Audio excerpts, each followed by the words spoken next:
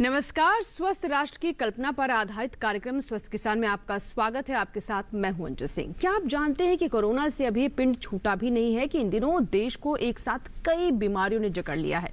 यदि राजधानी दिल्ली की बात करें तो पिछले 2 साल की तुलना में अब तक डेंगू के मामले सबसे अधिक हैं। निपा, डेंगू और रहस्यमय बुखार, इन सबों का अटैक हो रहा है और सभी के जो लक्षण हैं लगभग मिलते जुलते हैं। पिछले सप्ताह यूपी के कई जिलों में डेंगू के साथ रहस्यमय बुखार का प्रकोप बढ़ा और 100 से ज्यादा जानें गईं।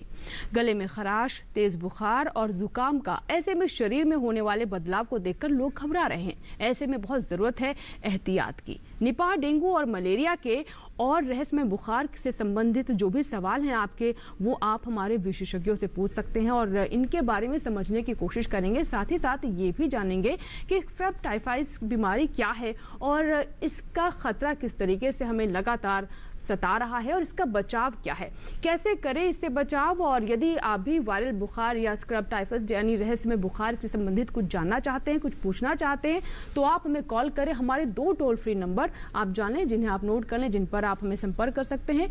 1800-113060, दूसरा नंबर है 1800-113061, टोल फ्री, यानी इन पर आपका कोई शुल्क नहीं लगेगा। तो सोचना क्या है, जो भी आशंका है, सवाल हैं, आप इस विषय के बारे में कुछ जानना चाहते हैं तो जरूर हमें फोन करें। आपकी कॉल्स का हमें इंतजार है। आइए आज के विषय पर डालते हैं नजर।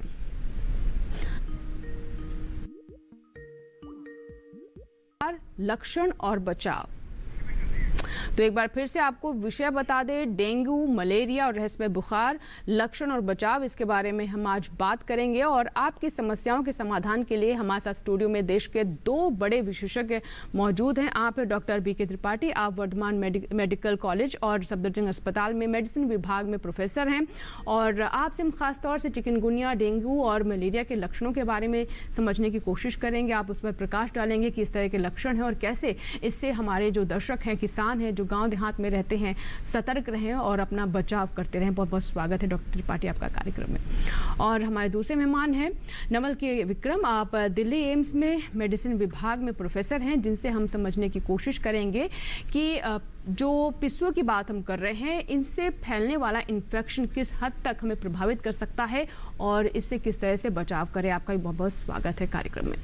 तो दोनों मेहमान हमारे साथ हैं और आपके जो भी सवाल हैं उनके साथ आप तैयार रहें। बातचीत की हम शुरुआत करें, आपके सवाल लें और आपके सवालों को इंतजार रहेगा, क्योंकि जब तक आपका पार्टिसिपेशन नहीं होगा तब तक हम आपके सवालों के जवाब नहीं दे पाएंगे और जो हमारा मकसद है वो भी पूरा नहीं होगा। तो अपने सवालों के साथ तैयार रहें, लेकिन उससे पहले नजर इस रिपोर्ट पर।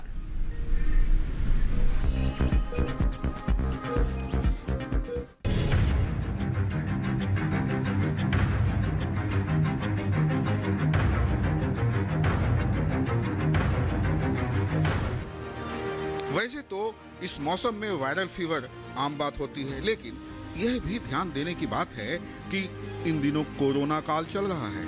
ऐसे में आपके लिए किसी भी बुखार को नजरअंदाज करना काफी खतरनाक साबित हो सकता है, क्योंकि इसी बीच एक रहस्यमयी बुखार का भी डर बना हुआ है। मौसम तेजी से करवट ले रहा है।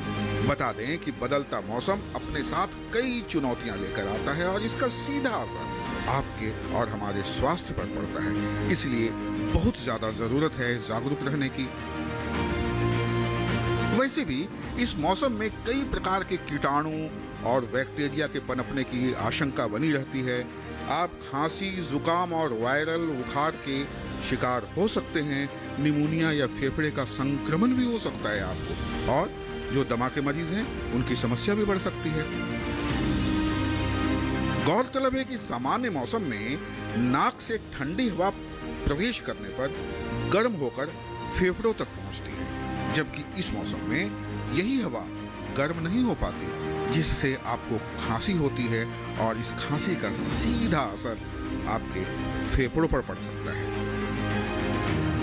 गौरतलब है कि इन दिनों देश भर में डेंगू, मलेरिया और टाइफाइड के साथ एक रहस्यमयी बुखार, जिसे स्क्रब टाइफस के नाम से जाना जाता है, तेजी से फैल रहा है। और ये स्क्रब टाइफस जो है, ये पिस्सुओं के द्वारा होता है। बता दें, इन सब के ज्यादातर लक्षण एक दूसरे से मिलते जुलते होते हैं या एक जैसे ही होते हैं। इसलिए इसे सामान्य वायरल फीवर समझना आपके लिए बहुत बड़ी भूल हो सकती है।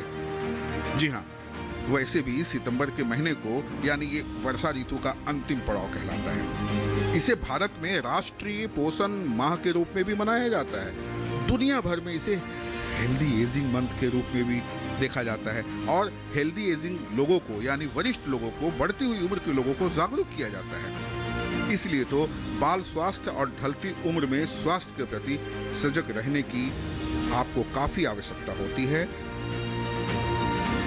बहरहाल सबसे पहले हमारी सलाह है कि मच्छरों से फैलने वाली इन बीमारियों से बचाव करें, साफ सफाई रखें, इकट्ठे पानी में मच्छर न पनपने दें, कोशिश करें कि पानी ही इकट्ठा ना हो, और हाँ, फुल आस्तीन के कपड़े पहनें। खेतों में जाएं तो शरीर को पूरी तरह से ढक कर रखें। एक बात और, आसपास खरपतवार न उगने दें, घास और जंगल न उगने दें। जैसे भी संभव हो मच्छरों और पिस्सुओं से बचाव करें।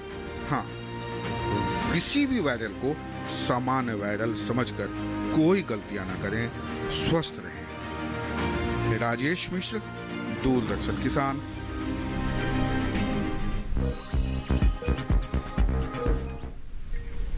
तो अभी आपने ये जागरूकता से लबरेज रिपोर्ट देखी और जिसमें हमने अंत में बताया भी कि किसी भी सिम्टम को, लक्षण को हल्के में ना लें और इसीलिए जागरूकता बहुत ज़रूरी है। हमारा मकसद है इस कार्यक्रम से आप तक वो जानकारी आप तक पहुंचाए जिससे आप जागरूक हों और अपने स्वास्थ्य के प्रति और सजग हों।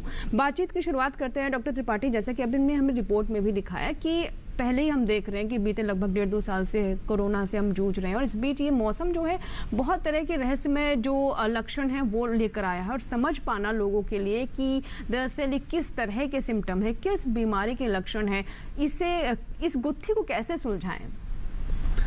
ये तो भगवान का बहुत शुक्रगुजार है कि हम लोगों का जो है कोरोना का इन्फेक्शन अब कम होता जा रहा है और मुझे उम्मीद है कि ये और कम होता जाएगा।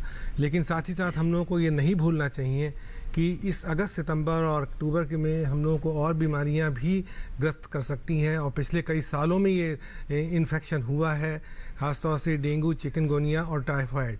डेंगू, चिकनगुनिया एक तरफ रखिए आप, टाइफाइड अलग तरफ से रखिए, क्योंकि टाइफाइड का जो इन्फेक्शन होता है वो गंदे पानी से, कंटामिनेटेड वाटर या फूड सप्लाई से होता है, जबकि डेंगू और चिकनगुनिया जो है वो एडिस नाम का एक मच्छर होता है, उसके काटने से फैलता है। एडिस मच्छर से बहुत और भी बीमारियां होती हैं, जैसे जीका वायरस होता है या येलो फीवर होता है। लेकिन ये अच्छी बात है कि जीका और येलो फीवर अभी हमारे देश में इतनी बहुतायत में नहीं पाया जाता है, लेकिन हम लोगों के इस पार्ट में या पूरे देश में डेंगू फीवर और चिकनगुनिया फीवर खूब हो रहा है, पिछले 8, 10, 15 साल से हो रहा है। और इसके लिए अगर हम प्रिकॉशंस रखें तो हम ये पूरी तरह से इसका रोकथाम कर सकते हैं।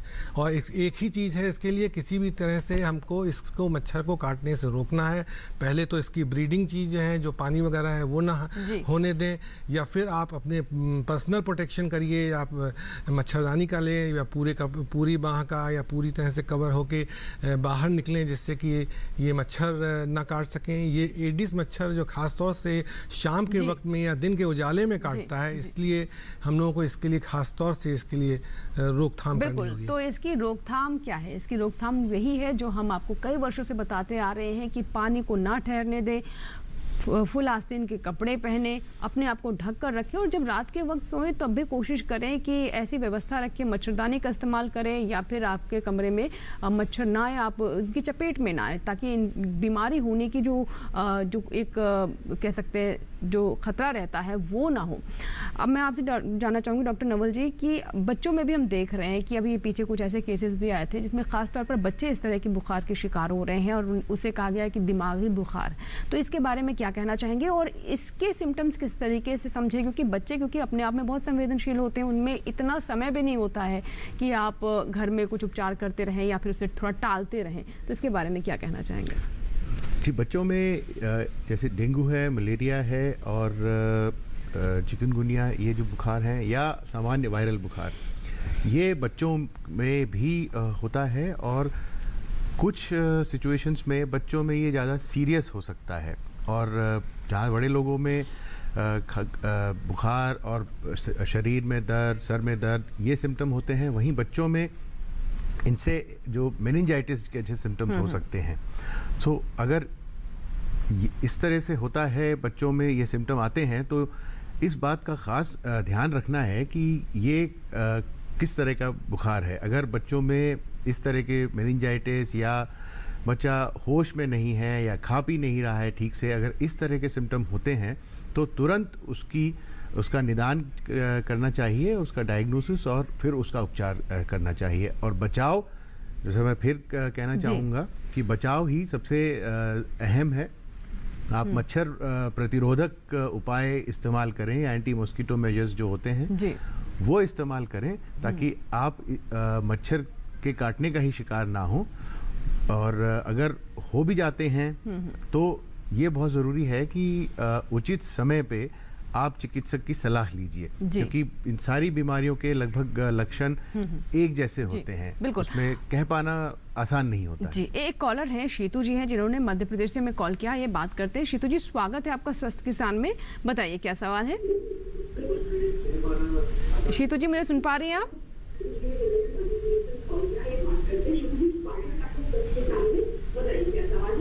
जी मैडम, मेरे को गले में खराश हो रही है। हेलो जी जी, शीतू जी बताएं।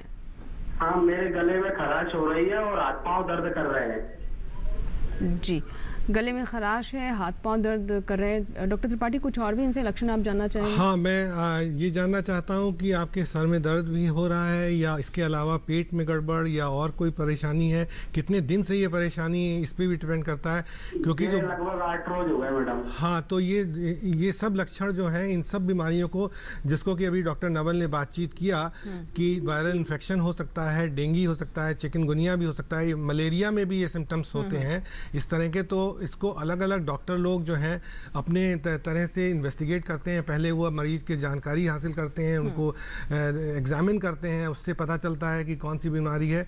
मैं यहाँ पे एक बात और बता दूँ, ये सारे जो बीमारियाँ हैं, वायरल फीवर हो चाहे चिकनगुनिया, मलेरिया हो, ये सब मच्छर से ही फैलते हैं। लेकिन एक बात मैं बताऊं, इस हर बीमारी के जो मच्छर होते हैं वो अलग अलग तरह के होते हैं। जैसे मैंने अभी आपसे बात किया कि एडिस मच्छर जो होता है वो चिकनगुनिया और जीका और डेंगू फैलाता है। इसी तरह से एनकेफेलाइटिस जो अंजू जी ने अभी मेंशन किया था, जो सर का बुखार कहलाता है, और कई जगह पे हम लोग उसको मिस्टीरियस या रहस्यमयी बीमारी भी कहते हैं। तो एनकेफेलाइटिस जो फैलता है वो क्यूलेक्स नाम के मच्छर से फैलता है। इसी तरह से मलेरिया जो है वो एनाफिलिस नाम के मच्छर से फैलता है। तो मच्छर के काटने से ये सारी बीमारियां फैलती हैं, लेकिन इस बात का ध्यान रहे कि ये अलग अलग मच्छर होते हैं और इनकी ब्रीडिंग हैबिट्स जो होती हैं, कौन सा मच्छर कहाँ कैसे पाया जाता है, ये भी अलग होता है। जी, डॉक्टर त्रिपाठी, जैसे कि सीतू जी कह रहे थे कि लगभग 7 से 8 दिन हो गए हैं इस तरह के लक्षण ये अपने आप में महसूस करें, तो इन्हें आप क्या सलाह देंगे, इन्हें क्या करना चाहिए? क्योंकि 7-8 दिन तो बीत ही चुके हैं, अभी क्या बेहतर रहेगा इनके लिए? देखिए, जो वायरल फीवर हम लोग जिसे कहते हैं फिजिशियन लोग, उसके लिए जो है जांचें इतनी ज़्यादा उपलब्ध नहीं हैं, क्योंकि बहुत तरह के हंड्रेड्स ऑफ टाइप के वायरसेस होते हैं, उन सबको हम टेस्ट अलग अलग नहीं कर सकते। अक्सर ये देखा गया है कि वायरस फीवर अपने आप ठीक हो जाता है 6-7 दिन में। कई बार ये जो होता है एल्डरली एज ग्रुप में, बूढ़े लोगों में 8-10 दिन भी चल सकता है। लेकिन मैं बताऊं, डेंगू और चिकनगुनिया के इनके लिए जो है सारी जांचें उपलब्ध हैं। लेकिन हाँ, इस बात का ध्यान रहे कि अगर 2 दिन का बुखार है, आप एकदम से डॉक्टर के पास चले गए और डॉक्टर ने आपके लिए सारे टेस्ट लिख दिए और वो सब निगेटिव निकले, तो ये पॉसिबिलिटी है कि वो बीमारी आप में बॉडी में है, फिर भी वो निगेटिव आए। उसका रीज़न ये है क्योंकि ये जो टेस्ट होंगे जो किए जाते हैं डेंगू, चिकनगुनिया वगैरह वगैरह के लिए, ये अक्सर 4 से 5 दिन के बाद ही पॉजिटिव होंगे। तो अगर आपने 2 दिन बाद करा लिया है तो ये गलती से हो गया है। तो फिर आप एक बार कोशिश करें कि अगर आपका बुखार या सिम्टम्स नहीं उतरे हैं तो 5 या 6 दिन में दोबारा करें। जी, डॉक्टर त्रिपाठी, आपकी बातचीत से एक मन में और सवाल उठा है कि जैसे कि हम शुरुआत में भी हमने कहा कि रहस्यमय स्थिति सी बन जाती है कई बार, और डेंगू, चिकनगुनिया, मलेरिया और होते सभी मच्छर से ही है, और सिम्टम्स भी इनके लगभग एक ही समान होते हैं, और ऐसे में भ्रम जैसी स्थिति भी पैदा हो जाती है। तो जो मरीज़ है वो कैसे समझे कि उसे चिकनगुनिया हुआ है, डेंगू हुआ है, या फिर वो मलेरिया का शिकार हुआ है, और कौन सा ज़्यादा इन्फेक्शन ख़तरनाक है? क्या ये जानलेवा भी हो सकता है? जी हाँ, बिल्कुल सही कहा आपने, क्योंकि डेंगू और चिकनगुनिया के सिम्टम्स या लक्षण जो हैं बिल्कुल ओवरलैपिंग होते हैं। दोनों में फीवर होगा, दोनों में बॉडी एक होगा, दोनों में जॉइंट पेन होंगे, दोनों में सर में दर्द होगा। हम लोग ये समझ लेते हैं कि जैसे चिकनगुनिया में जो है वो सर का दर्द ज़्यादा कॉमन होता है, चिकनगुनिया में जो है फीवर ज़्यादा हाई लेवल का होता है, डेंगू में उतना नहीं होता, धीरे धीरे बढ़ता है। इसी तरह से मलेरिया भी अक्सर जो है बॉडी एक जो होगा फीवर के साथ, हेडेक के साथ होगा, लेकिन मलेरिया जो है वो जो होते होते उसको कम से कम 6-7 दिन लग जाएंगे, जबकि चिकनगुनिया और डेंगू 1 ही 2 दिन में सब कुछ अपना ये रूप धारण कर लेगा। तो ये तो रही बात सिम्टम की। तो डॉक्टर लोग के पास अगर आप जाएंगे तो इमीडिएटली वो सस्पेक्ट करेगा और वो इन सबके इन्वेस्टिगेशंस कराएगा, जांचें कराएगा, और तब ये कंफर्म हो जाएगा आसानी से कि ये डेंगू है कि चिकनगुनिया है, और उसी हिसाब से उसका ट्रीटमेंट चलेगा। जी डॉक्टर नवल, एक चीज़ हम और भी देख रहे हैं, क्योंकि ये हर बार की बात है, इस सीज़न में इस तरह की समस्या आती है, लेकिन इस बार ख़ासतौर पर राजधानी दिल्ली की बात करें तो हम देख रहे हैं केसेस में वृद्धि है। इस बार पिछले साल के तुलना में इस बार हम ज़्यादा इसके केसेस देख रहे हैं, ख़ासतौर पर डेंगू के। आपको क्या लगता है इसकी क्या वजह हो सकती है? देखिए, डेंगू जो है वो हमारी दिल्ली में एंडेमिक रहता है, जैसे छुटपुट केस आते रहते हैं, मगर बारिशों के बाद ये केसेस जो होते हैं इनमें वृद्धि हो जाती है। और इस साल हमने जैसे देखा है कि बारिशें खूब हुई हैं दिल्ली में, और खूब पानी जमा हुआ है कई जगह। तो जहाँ पे जितनी बारिश होगी, जितना पानी जमा होगा, वहाँ पे उतने ज़्यादा ये मच्छर पनपेंगे, और फिर ये डेंगू और यानी ब्रीडिंग स्पेस जो मिल जाता है, स्पेस इनको मिल जाता है। और जितनी ज़्यादा ब्रीडिंग की जगह होगी, अवसर मिलेंगे ब्रीडिंग के, उतने ज़्यादा मच्छर पैदा होंगे और ये बीमारी फैलाएंगे। तो ये एक कारण हो सकता है। जी, श्रवण है एक दर्शक राजस्थान से हमारे साथ फोन लाइन पर। श्रवण जी बताइए, क्या सवाल है आपका? हेलो, नमस्कार श्रवण जी, स्वागत है स्वस्थ के सामने, सवाल बताइए। जी, एक बार फिर से अपना सवाल दोहराइए। हेलो जी,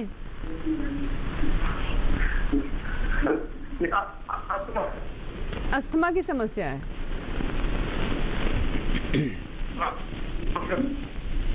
श्रवण जी, हम आपको ठीक से सुन नहीं पा रहे हैं कि किस तरह की समस्या का सामना कर रहे हैं आप? अस्थमा की समस्या मैडम। अस्थमा की समस्या ही में।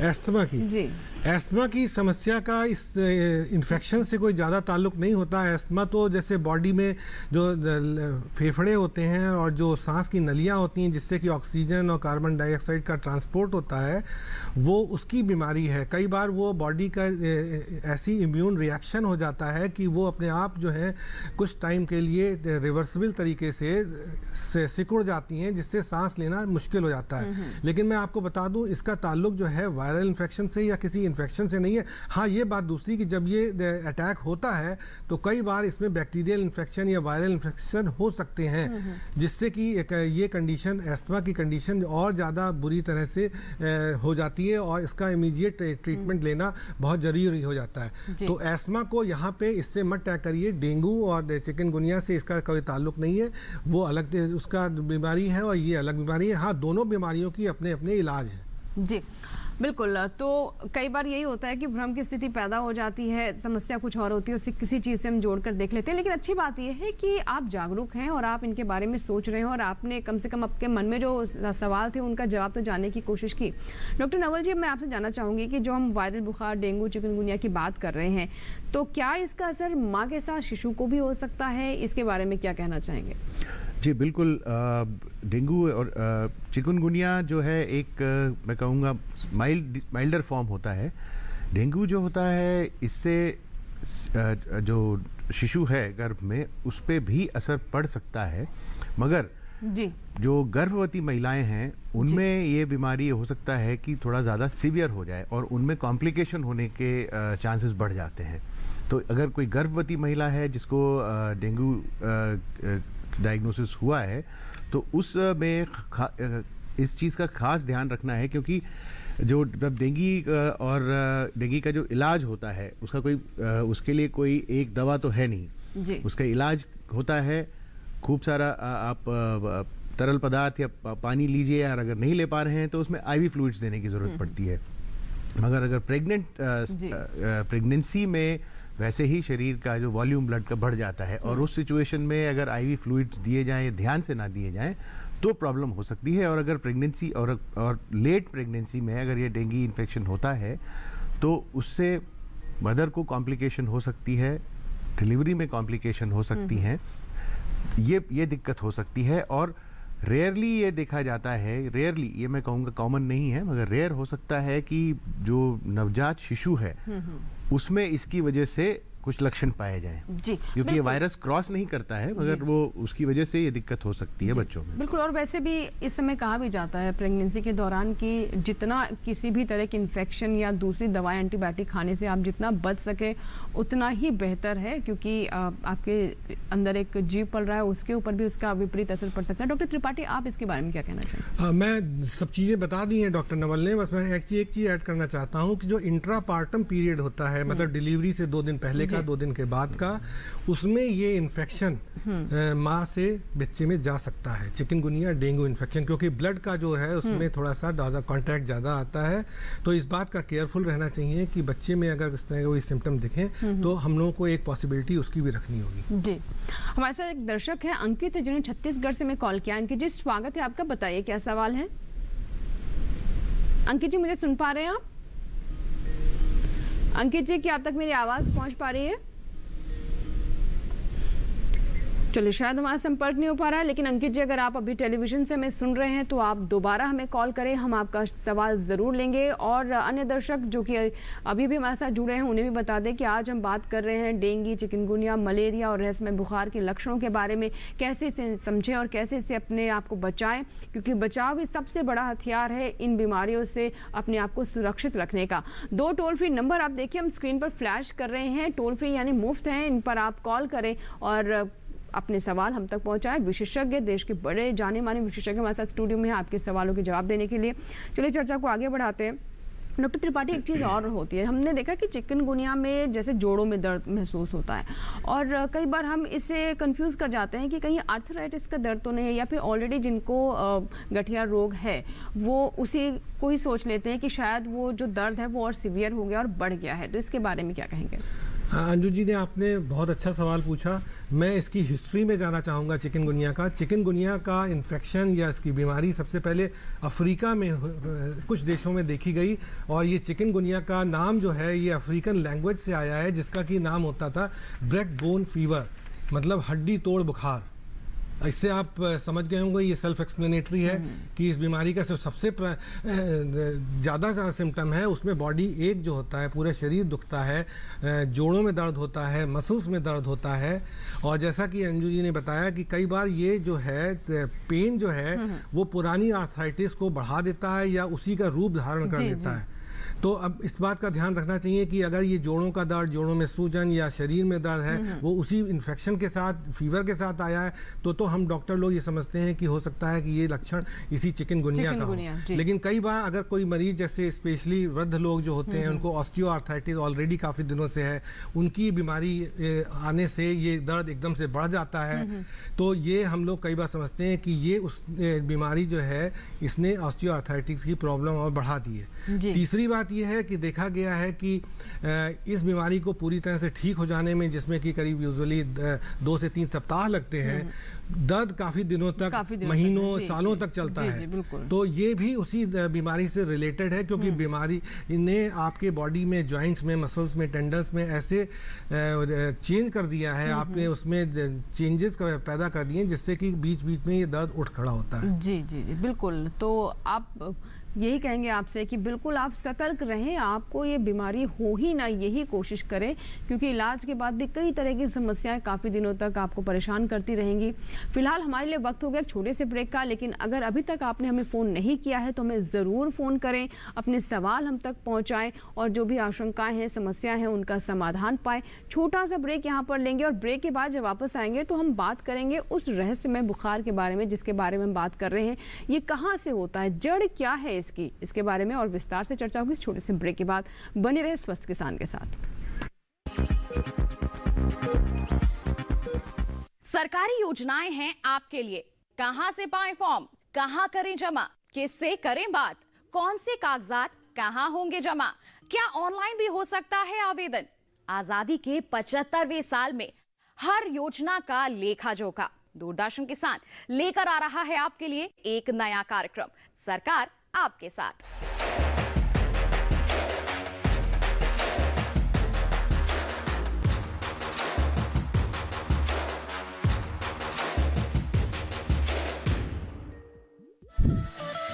खुशहाल होंगे खेत, पशु रहेंगे स्वस्थ, सरकारी स्कीम का होगा लाभ, जब एक्सपर्ट्स का मिलेगा साथ, आपके सवाल विशेषज्ञों के जवाब, सिर्फ एक फोन कॉल की दूरी पर। देखिए किसानों का अपना प्रोग्राम हेलो किसान, सोमवार से शुक्रवार शाम 6 बजे से सिर्फ दूरदर्शन किसान पर।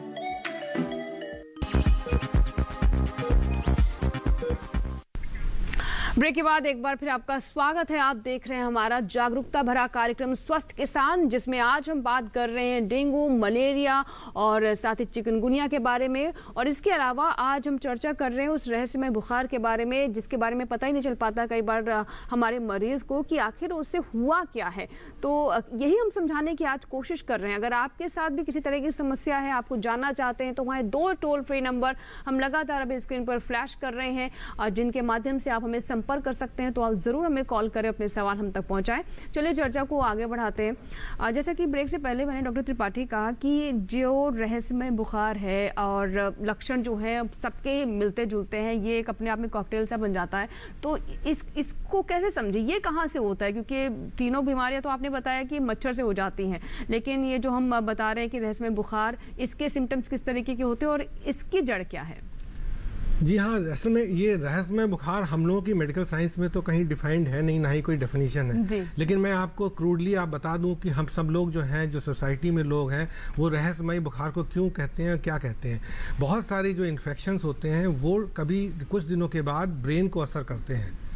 तो ब्रेन का जब असर होता है तो फिर पेशेंट्स के सिम्टम काफ़ी सीरियस हो जाते हैं, गफलत की हालत में आती है, बातचीत करना छोड़ देता है, खाना पीना बिल्कुल छोड़ देता है, बेहोश सा हो जाता है। और यही बीमारी आगे अगर बढ़ती रही, इसका इलाज ठीक से नहीं हुआ तो उसकी मौत भी हो जाती है। और इसमें मौत बहुत जल्दी होती है और बहुत ज़्यादा तादाद में होती है। तो इस चीज़ को हम लोग अक्सर जो है रूड लैंग्वेज में रहस्यमयी बुखार कह देते हैं। सबसे ज़्यादा महत्वपूर्ण इसमें जो इन्फेक्शन होता है वो एनकेफेलाइटिस का होता है, जब जो सीधे ब्रेन को अफेक्ट करता है। एनकेफेलाइटिस का वायरस जो होता है वो क्यूलेक्स मच्छर, जैसे कि मैंने शुरू में बताया था, क्यूलेक्स मच्छर के काटने से होता है। खासतौर से जहाँ उन एरियाज़ में जहाँ पे आजकल जैसे आपने देखा होगा किसानी में कि पैडी बोई जाती है, चावल बोया जाता है और उनका खेत अक्सर जो है पानी में सबमर्ज रहता है। वहीं पे ये क्यूलेक्स मच्छर जो होता है पैदा होता है, ब्रीड करता है। तो इसीलिए आपने देखा होगा एनकेफेलाइटिस की बीमारियाँ मैक्सिमम जो होती हैं अगस्त, सितंबर, अक्टूबर में होती है, क्योंकि दोनों चीज़ें साथ साथ हो रही हैं। ये क्यूलेक्स मच्छर पैदा हो रहा है और क्यूलेक्स मच्छर जब आदमी को काटेगा तो वो ये वायरस इन्फेक्शन बॉडी में पहुंचाएगा। और अक्सर खासतौर से बच्चों में जिनकी की इम्यूनिटी प्रतिरोधक क्षमता कम होती है, वो सीधे उनके ब्रेन में असर करता है, एनकेफेलाइटिस कॉज करेगा। तो इसको हम लोग कहते हैं एनकेफेलाइटिस। और भी कई इन्फेक्शन होता है जिसमें कि ब्रेन का इन्वॉल्वमेंट होता है और डेथ हो सकती है, उसको भी हम कह सकते हैं। जी, हुकुम सिंह जी हैं जिन्होंने हरियाणा से हमें कॉल किया है, ये बात करते हैं। हुकुम जी, स्वागत है आपका स्वस्थ किसान में, बताइए क्या सवाल है। हेलो हुकुम जी, सुन पा रहे हैं आप मुझे? हेलो जी हुकुम जी, स्वागत है आपका स्वस्थ किसान में, बताइए क्या सवाल है। सांस की समस्या है, सांस की समस्या है जी, लेकिन आज तो हम डेंगू, चिकनगुनिया, मलेरिया की बात कर रहे हैं और साथ ही हाँ जी, हाँ जी,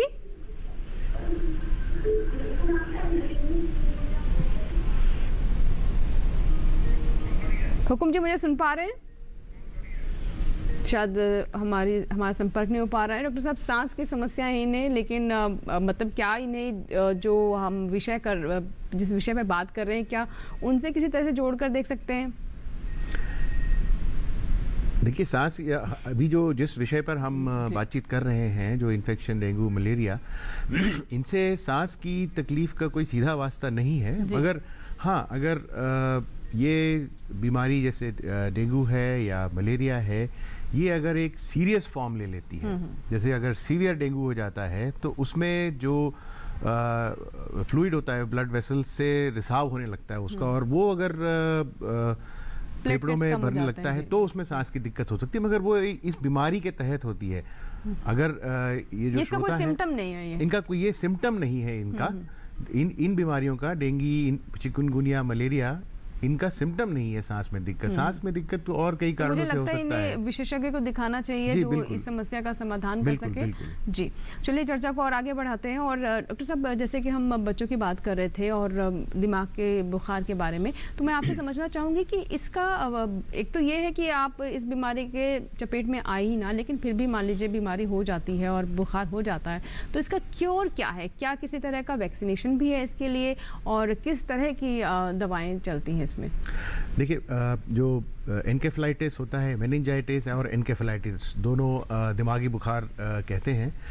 तो इसमें कुछ वैक्सीनेशंस जो होते हैं जो बच्चों को दिए जा सकते हैं, और क्योंकि अगर ये वायरल फीवर वायरल की वजह से है, किसी वायरस की वजह से है, तो उसका कोई खास इलाज नहीं होता है, क्योंकि उसमें कोई खास दवाएं नहीं हैं जो वायरल एनकेफेलाइटिस में इस्तेमाल की जा सकती हैं। एक दो दवाएं हैं, वो सिर्फ एक स्पेसिफिक वायरस के लिए हैं जो इस्तेमाल हो सकती हैं। इन जनरल उनमें सिर्फ ट्रीटमेंट जो होता है वो सपोर्ट देना होता है जब तक वो बॉडी खुद रिकवर ना करे।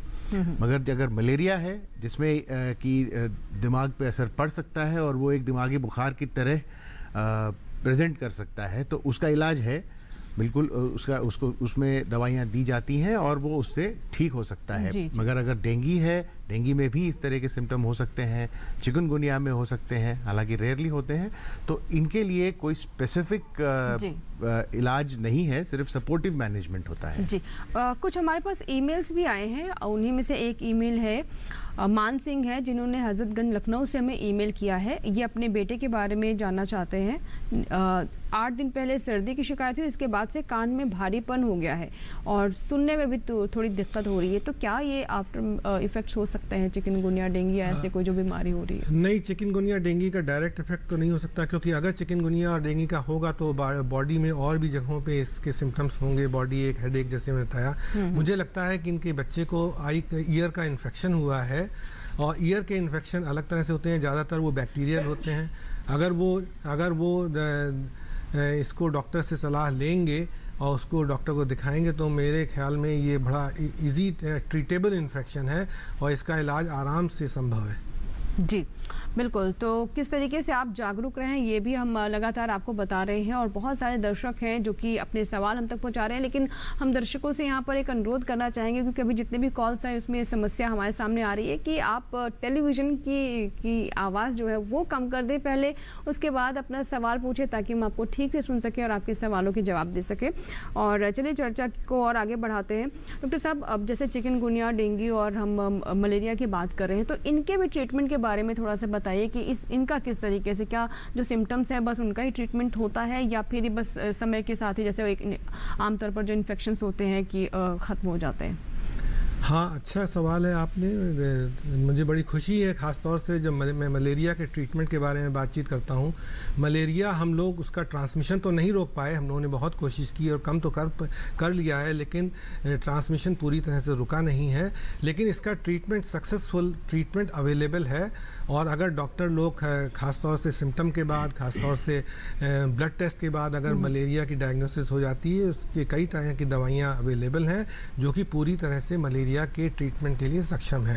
हाँ, ये बात दूसरी कि कई बार मलेरिया के पेशेंट जो हैं काफ़ी टर्मिनल स्टेज पे आते हैं हॉस्पिटल में, तो उसमें और कॉम्प्लिकेशंस हो जाते हैं, जैसे कि लिवर फेलियर हो जाता है, गुर्दे का फेलियर हो जाता है, किडनी फेलियर हो जाता है, ब्रेन में असर आ जाता है, तो उसको ट्रीटमेंट जो होता है थोड़ा डिफिकल्ट होता है। लेकिन अर्ली स्टेज पे मलेरिया का ट्रीटमेंट किया जाए बहुत सक्सेसफुल है और ऑलमोस्ट हर पेशेंट बच जाएगा।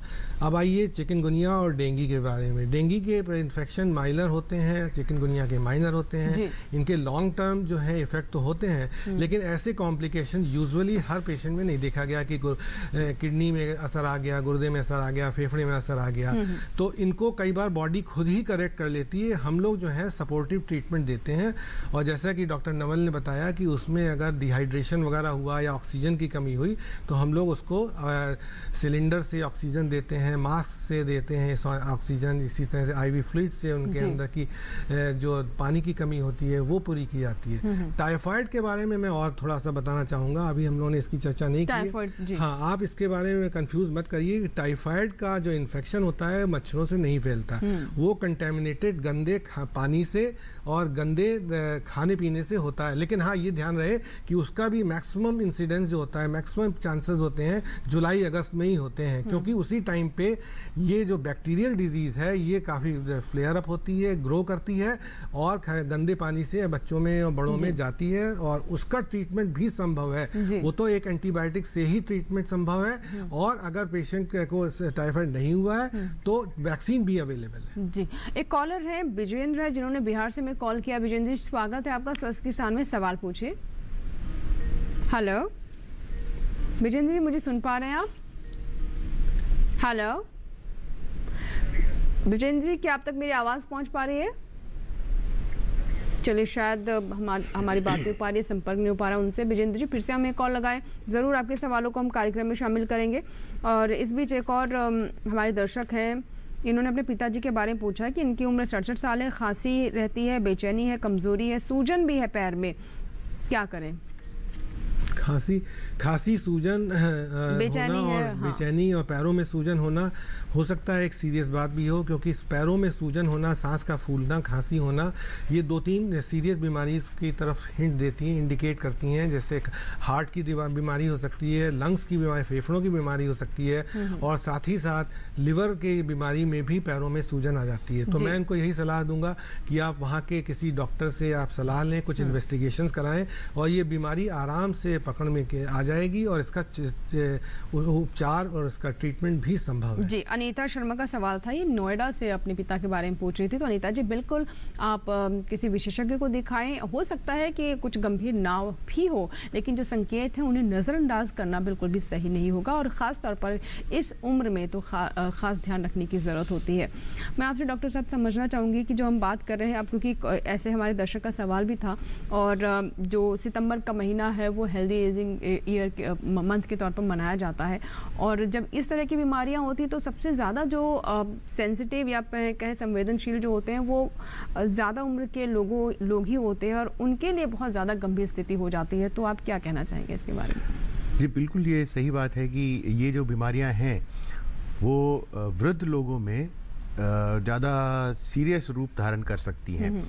उसे एक तो है कि वो बढ़ती उम्र के साथ बॉडी की इम्यूनिटी भी थोड़ी कम होने लगती है और कई बार और ये भी होता है कि जैसे जैसे ज़्यादा उम्र के लोग होते हैं उनमें और भी बीमारियां हैं, जैसे ब्लड शुगर की बीमारी, हार्ट की बीमारी और भी बीमारियां जो क्रॉनिक डिसीजेज होती हैं वो भी अक्सर पाई जाती हैं। तो इसके चलते ये इन्फेक्शन जो हैं वो जहाँ एक यंग पर्सन या एक जवान पर्सन में वो मामूली इन्फेक्शन होगा जो कुछ दिन में ठीक हो जाएगा, और वहीं एक वृद्ध व्यक्ति में ये इन्फेक्शन सीवियर हो सकते हैं और इनके जो कॉम्प्लिकेशन हो सकते हैं वो ज़्यादा नज़र आ सकते हैं। तो इसलिए ख़ास तौर से ध्यान रखना होगा कि जो वृद्ध लोग हैं या जिनको और भी किसी और भी बीमारियां हैं, जैसे ब्लड शुगर है, हार्ट की बीमारी, किडनी की बीमारी, तो उन लोगों को इस चीज़ का ख़ास ध्यान रखना चाहिए कि वो मच्छर के काटने से बचें। एंटी मस्किटो या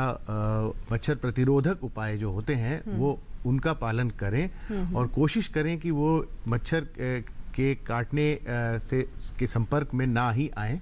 और अगर उन लोगों में इस तरह के सिम्टम होते हैं, जैसे कोई बुखार है, शरीर में दर्द है, सर में दर्द है, तो उसमें मैं ये कहूँगा कि वो जल्द से जल्द अपने चिकित्सक के पास जाएं और उसका उपचार करें या उसका इन्वेस्टिगेशन करें ताकि को क्या बीमारी है वो पकड़ में आए। क्योंकि जितनी जल्दी उसको अगर आप उसका डायग्नोसिस करेंगे और अगर सपोज मलेरिया है तो उसका इलाज किया जा सकता है, और अगर डेंगू या चिकनगुनिया है तो प्रिकॉशन एक्स्ट्रा लेनी पड़ेगी जिससे आपको कॉम्प्लिकेशन ना हो। इस बात का खास ख्याल रखना पड़ेगा। डॉक्टर त्रिपाठी, जो अभी हम ब्रेक से पहले चर्चा कर रहे थे उस पर मैं पूरी तरीके से नहीं आ पाई। स्क्रब टाइफस की जो हम बात कर रहे थे, ये भी रहस्यमयी कहलाया जा रहा है और ये अलग तरह का बुखार है, ये होता भी अलग सोर्स से है, तो थोड़ा इसके बारे में बताइए क्या है। स्क्रब टाइफस, हाँ ये बात ज़रूर है कि इसको हमारे मीडिया ने इसको रहस्यमयी बुखार लेबल कर दिया है, लेकिन मैं आपको बताऊं ये इन्फेक्शन नया नहीं है। बस ये बात है कि डॉक्टर्स लोग जो हैं और सोसाइटी इसके बारे में अब ज़्यादा पिछले 10, 15, 20 साल से ज़्यादा अवेयर हो गई है। ये इन्फेक्शन पहले भी था और अभी भी है। अब हम लोग जल्दी जल्दी इसको पकड़ने लगे हैं और इसके इन्वेस्टिगेशन ब्लड टेस्ट भी अब अवेलेबल है। ये स्क्रब टाइफस जो होता है एक तरह की माइट या जिसे हिंदी में पिस्सू कहते हैं उससे फैलता है, जो कि अक्सर जो है जो लो ग्रोइंग बुशेस होती हैं, झाड़ियाँ होती हैं, उसमें रहता है।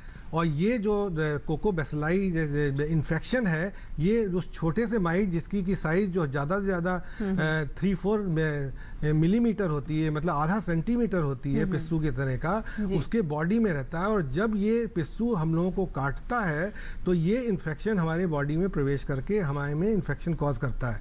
ये इसका सबसे ज़्यादा इम्पॉर्टेंट बात ये है कि जहाँ से ये काटता है तो वहाँ पे एक स्कार बन जाता है, एक पेप्यूल बन जाता है। एक तरह से उसको आइडेंटिफाई किया जा सकता है कि ये स्क्रब टाइफस का, जो डॉक्टर लोग देख के पहचान लेते हैं कि यहाँ से इससे इन्फेक्शन गया है। लेकिन इसका भी जो लक्षण होंगे वो वही होते हैं, ओवरलैपिंग होते हैं। हेडेक होगा, बॉडी एक होगा, फीवर, हाई फीवर होगा और पेशेंट को भूख वगैरह लगना बंद हो जाएगी, उल्टी भी आ सकती है। लेकिन सबसे अच्छी बात यह है कि इसका ट्रीटमेंट भी अवेलेबल है। सिर्फ 5 से 7 दिन की एंटीबायोटिक का कोर्स, उससे आपको स्क्रब टाइफस से छुटकारा दिला सकती है। लेकिन आइडेंटिफिकेशन इसका बहुत जरूरी है, जो कि ब्लड टेस्ट से ही पता चलेगा। जी, एक कॉलर है, पहले बात कर लेते हैं उनसे। जरीना जी हैं जिन्होंने हरियाणा से हमें कॉल किया है। जी जरीना जी, बताइए क्या सवाल है आपका?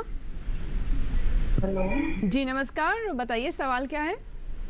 मेरा ये सवाल है जी, जैसे डेंगू और मलेरिया होता है, क्या मच्छर के काटने की होता है और भी होता है?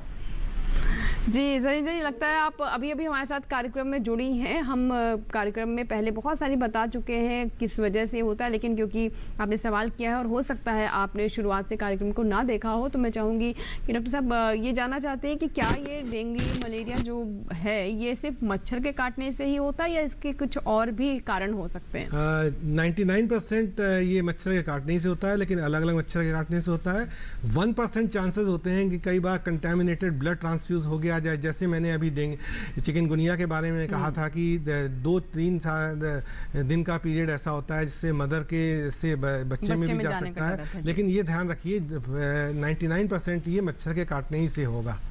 जी बिल्कुल। और बहुत सारे दर्शक हैं जो अपने सवाल हम तक पहुंचाते हैं, उनके सवालों को भी हम कार्यक्रम में शामिल करते हैं। और कुछ ऐसी मेल हमारे पास आए हैं, उन मेल्स पर भी हम नज़र डालेंगे और अपने विशेषज्ञों के सामने उन सवालों को रखेंगे। लेकिन फिलहाल अभी हमारे लिए वक्त हो गया एक छोटे से ब्रेक का। लेकिन अगर आपके कुछ सवाल हैं तो ज़रूर हम तक उन सवालों को पहुँचाएं। इस छोटे से ब्रेक के बाद लेंगे आपके सवाल।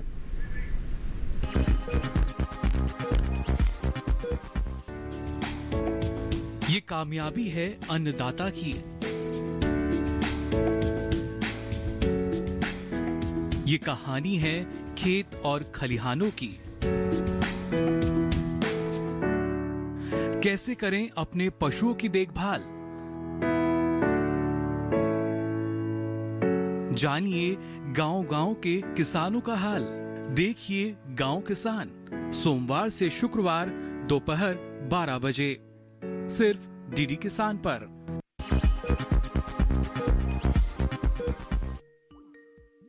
स्वागत है, आप देख रहे हैं स्वस्थ किसान और आज हम बात कर रहे हैं डेंगू, मलेरिया, चिकनगुनिया और रहस्यमय बुखार के बारे में। बहुत सारी बातें इसके बारे में हमने आपको बताया और जिस रहस्यमय बुखार की हम बात कर रहे हैं इस कार्यक्रम को देखने के बाद तो बिल्कुल वो रहस्य नहीं है। जैसा कि डॉक्टर साहब ने भी बताया कि ऐसी कोई टर्म नहीं है रहस्यमय बुखार, लेकिन आम लोग क्योंकि इसको समझ नहीं पाते हैं इसलिए इसे रहस्यमय बुखार कहते हैं। लेकिन अब आप समझ चुके होंगे कि कैसे आप अपना बचाव करें और इसके लक्षण क्या हैं, कैसे इन लक्षणों को समझें।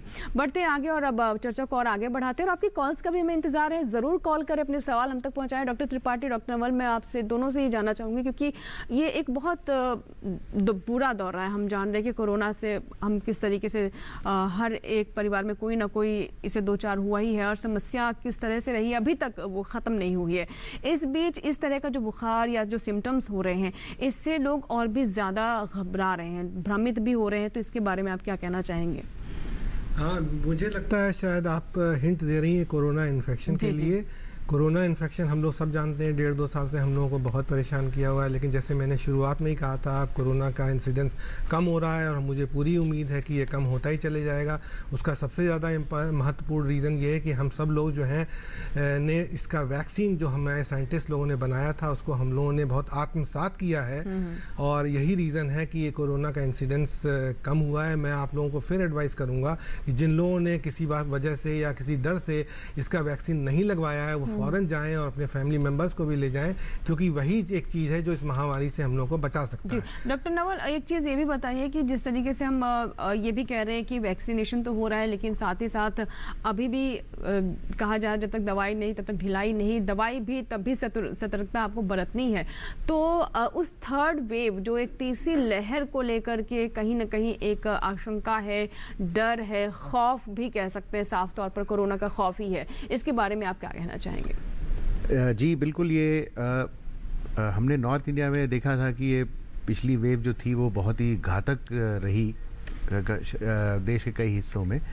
इस समय भी देश के काफ़ी बड़े हिस्से में कोरोना के केस जो हैं वो बहुत ही कम हो गए हैं।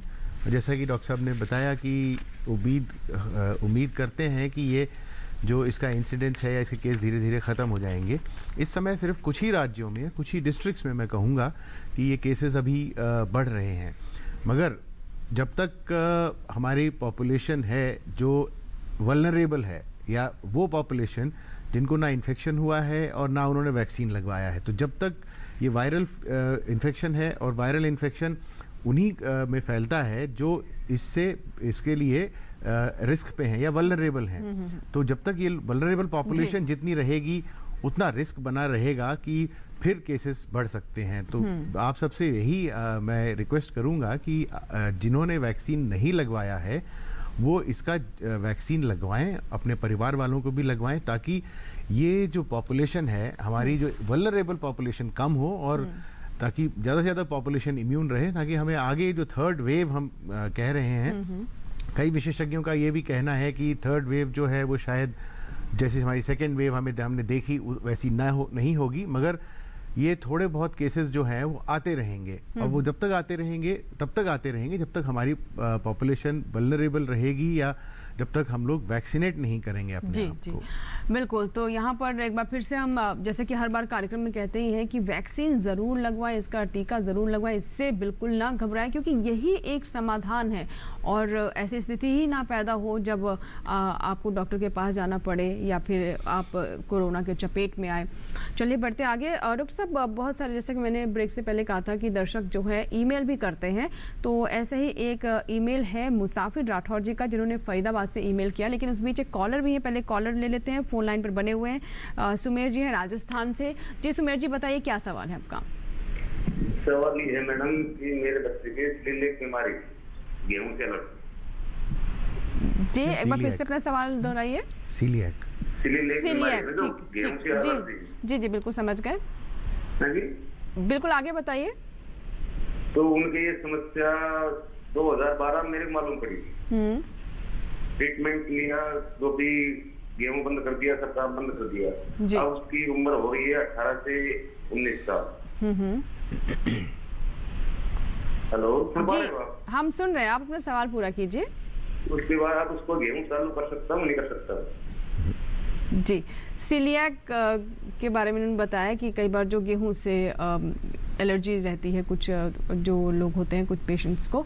तो आज का हालांकि ये विषय नहीं है, लेकिन हम ज़रूर आपके जो सवाल है इनकी जवाब देने की कोशिश करेंगे और इस विषय को हम कार्यक्रम में शामिल करेंगे, क्योंकि बहुत सारे लोगों को हम देख रहे हैं कि इस तरह की समस्या सामने आ रही है। डॉक्टर साहब क्या कहना चाहेंगे, क्या इन्हें किसी विशेषज्ञ के पास जाना चाहिए, क्योंकि बता रहे कि काफ़ी अपने स्तर पर तो ये सावधानी बरत रहे हैं? जी बिल्कुल। सीलिएक डिसीज़ या सीलिएक बीमारी जो है वो जो एक जेनेटिक डिसीज़ है, इसमें गेहूं से जो एलर्जी है वो सारी ज़िंदगी रहती है। तो मगर इसका कोई खास इलाज नहीं है, बस कोई दवाई दीजिए जिससे इलाज हो, मगर गेहूं जो है वो आप शुरू मत करिए। ऑल्टरनेटिव होते हैं, आप एक डाइटिशियन जो है या चिकित्सक हैं उनसे बात करिए, वो आपको उसका ऑल्टरनेटिव बताएंगे और उस तरह की डाइट आजकल अवेलेबल है, आप वो लेते रहेंगे तो स्वस्थ जीवन व्यतीत कर सकते हैं। डॉक्टर साहब, मुसाफिर राठौर है फरीदाबाद से, इनका कहना है कि इनके बेटे की उम्र 12 साल है, 4 दिनों से उसे बुखार आ रहा है, जिला अस्पताल में जांच करवाया, कुछ दवा भी डॉक्टरों ने दी, लेकिन कुछ आराम नहीं हो रहा है। तो जानना चाहते हैं कि क्या किसी तरह के उन्हें टेस्ट करवाने चाहिए, क्या समाधान हो? जी हाँ, ये जो इनका बुखार है, ये जैसे हम लोग अभी चर्चा कर रहे थे उनमें से कोई एक हो सकता है, इसके अलावा वायरल इन्फेक्शन भी हो सकता है। तो मैं यही राय दूंगा कि आप टेस्ट कराएं। जैसे मैंने शुरुआत में ही कहा था कि अगर 1-2 दिन में ही अगर टेस्ट कराए जाएं तो अगर वो इन्फेक्शन होता भी है बॉडी में तब भी वो निगेटिव आता है। तो इसलिए अगर एक बार निगेटिव आ जाए इन्फेक्शन तो ये नहीं समझ लेना चाहिए कि ये इन्फेक्शन नहीं है। तो उसके लिए डॉक्टर से सलाह लेके जो भी इसका मिनिमम पीरियड होता है 4 या 5 दिन, उसके बाद उसके व्यतीत होने के बाद, उसके निपट जाने के बाद दोबारा टेस्ट कराएं। और कई बार ये इन्फेक्शन उसमें पकड़ा जाता है। तो अगर इस तरह का इन्फेक्शन निकलता है तो बहुत अच्छी बात है, उसका ट्रीटमेंट संभव है, उसका ट्रीटमेंट लीजिए।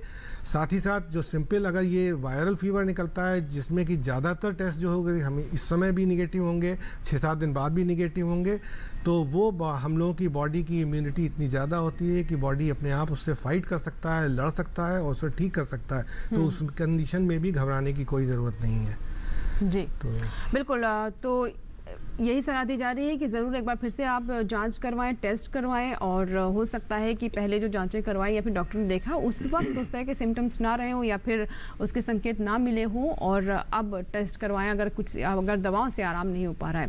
डॉक्टर साहब, क्योंकि आज का हमारा पूरा विषय ये रहा है कि मच्छरों से अपने आप को बचाएँ ताकि इस तरह की बीमारी ना हो पाए, तो अंत में एक जागरूकता के तौर में मैं जानना चाहूँगी अपने दर्शकों के लिए कि किस किस तरह के स्टेप्स या कदम हमारे दर्शक अपने घर पर, जो किसान ग्रामीण परिवेश से जुड़े हुए हैं, वो गांव देहात में अपने स्तर पर किस तरह की सावधानी बरते, शहरों में जो दर्शक हमें देख रहे हैं उन्हें क्या बताना चाहेंगे? क्योंकि कहने के लिए बहुत छोटी छोटी बातें होती हैं, लेकिन इन्हीं छोटी बातों को जब हम नज़रअंदाज कर देते हैं तो बड़ी समस्याएं पैदा हो जाती हैं। डॉक्टर त्रिपाठी, मैं जो कुछ भी कहूँगा कोई नई बात नहीं कहूँगा, आप पिछले 10, 20, 30 साल से सुनते चले आ रहे हैं। मच्छरों से रोकथाम करना है, घर के अंदर मॉस्किटो रेपेलेंट क्रीम वगैरह यूज़ करें, मच्छरदानी यूज़ करें, साथ ही साथ खिड़कियों दरवाज़ों में जालियाँ लगाएं। जब भी कभी बाहर निकलें तो पूरी तरह से कवर होकर निकलें और इस बात का ध्यान रहे कि मच्छर आपको काटे ना। इसके अलावा मच्छर के अलावा और भी कई जो चीज़ें हैं, जैसे अभी हमने आपको एक पिस्सू के बारे में बताया, जो माइट होती है वो ना काटे।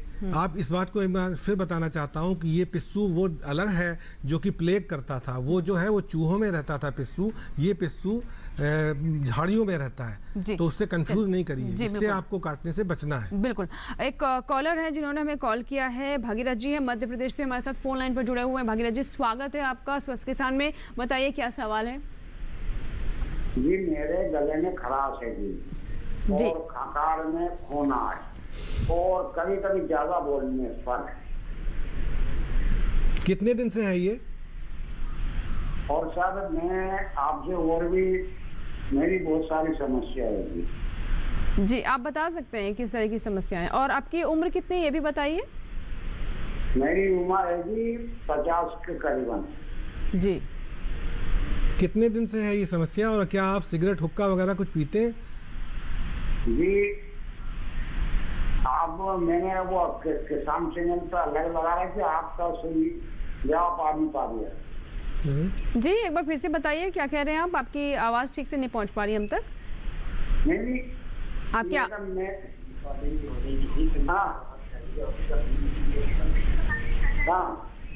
हेलो जी, हेलो, हाँ जी बताइए क्या जी बताइए क्या समस्या है?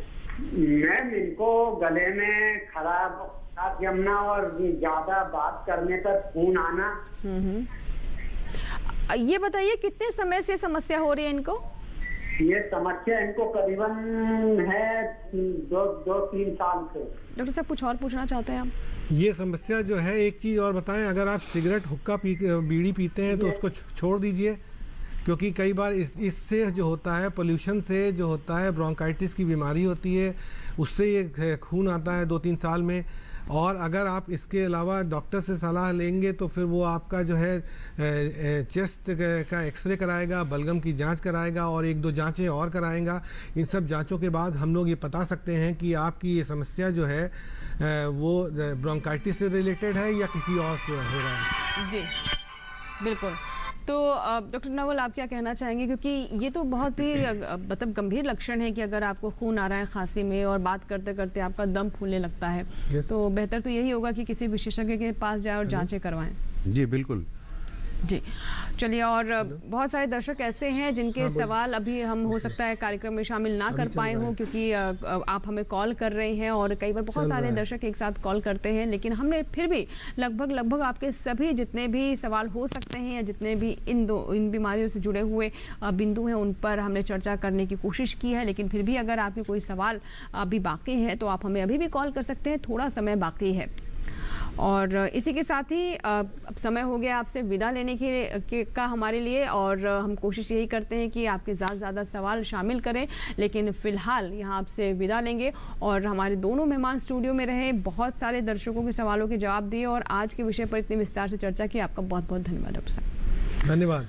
और यहाँ आपको बता दें कि पिछले सप्ताह नौगछिया बिहार के एक दर्शक है हमारे राकेश माझी जी, जिन्होंने पत्र हमें लिखा है और कुछ दर्शक पत्र लिखकर हम तक सवाल पहुँचाते हैं। इनका कहना है कि इन्हें घबराहट होती है, चक्कर आते हैं और 10 से 15 दिनों से इस तरह की समस्या ये फेस कर रहे हैं। वहीं दूसरा एक और सवाल आया छत्तीसगढ़ से विवेक ओझा का, जिन्होंने लिखा है कि उन्हें अक्सर खाने के बाद पेट में दर्द महसूस होता है, जलन होने लगती है, इलाज कराते हैं लेकिन जलन कम नहीं होती है। तो दर्शकों, आपको बता दें कि हम बहुत जल्द विशेषज्ञों के सामने आपकी समस्याओं को लेकर हाजिर होंगे, जिसकी सूचना आपको कार्यक्रम से 2 दिन पूर्व टीवी के माध्यम से मिल जाएगी।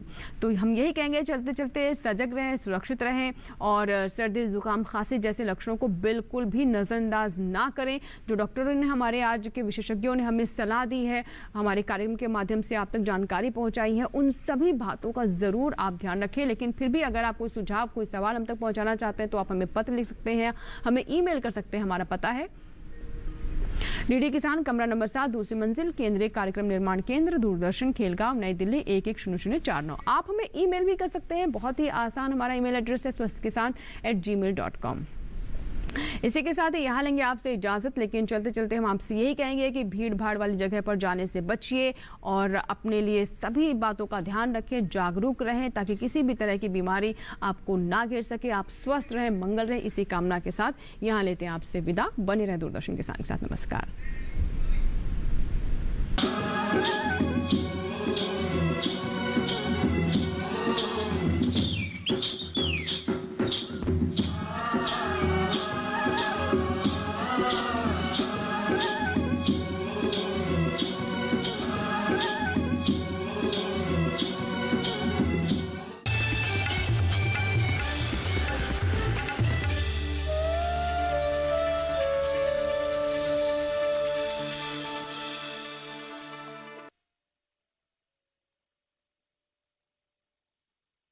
ने स्वास्थ्य कार्ड योजना चलाई है जिससे किसानों को बहुत लाभ हुआ है। पहले किसानों को ये पता नहीं था